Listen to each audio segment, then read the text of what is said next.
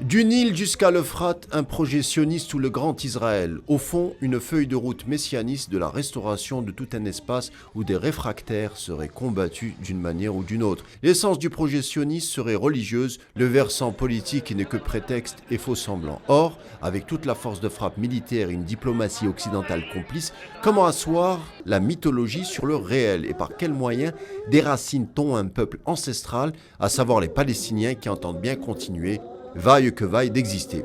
Faire tabula rasa du passé pour s'imposer, tel est le mot d'ordre sioniste. Une terre sans peuple, dit-on, ou encore effacer un héritage non juif. Vieux credo d'un régime d'occupation qui trouve pourtant un désaveu dans le concret, la terre elle-même et ce qu'elle recèle comme strate archéologique.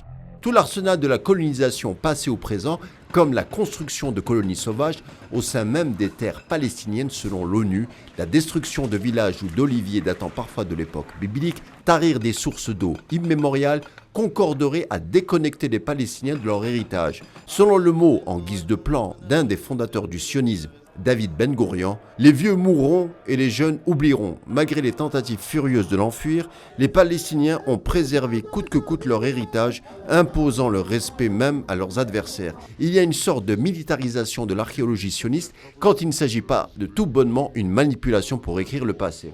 À l'exemple de la ville d'Al-Quds, cible de fouilles de plus en plus agressives, ainsi que tout le large espace autour, si bien que l'UNESCO a adopté une résolution condamnant de telles pratiques.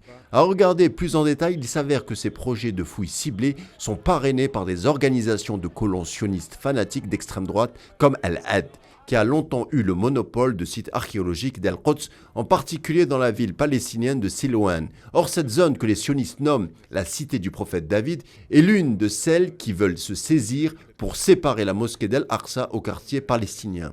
L'enchevêtrement entre l'archéologie et politique sionisme n'est pas près de trouver un coup d'arrêt, c'est-à-dire une dérive qui s'intensifie sur fond de droitisation des politiques coloniales. Et au centre, c'est tout un berceau d'une archéologie remontant parfois à l'âge de fer, un berceau de l'humanité qui risque d'être saccagé à tout jamais.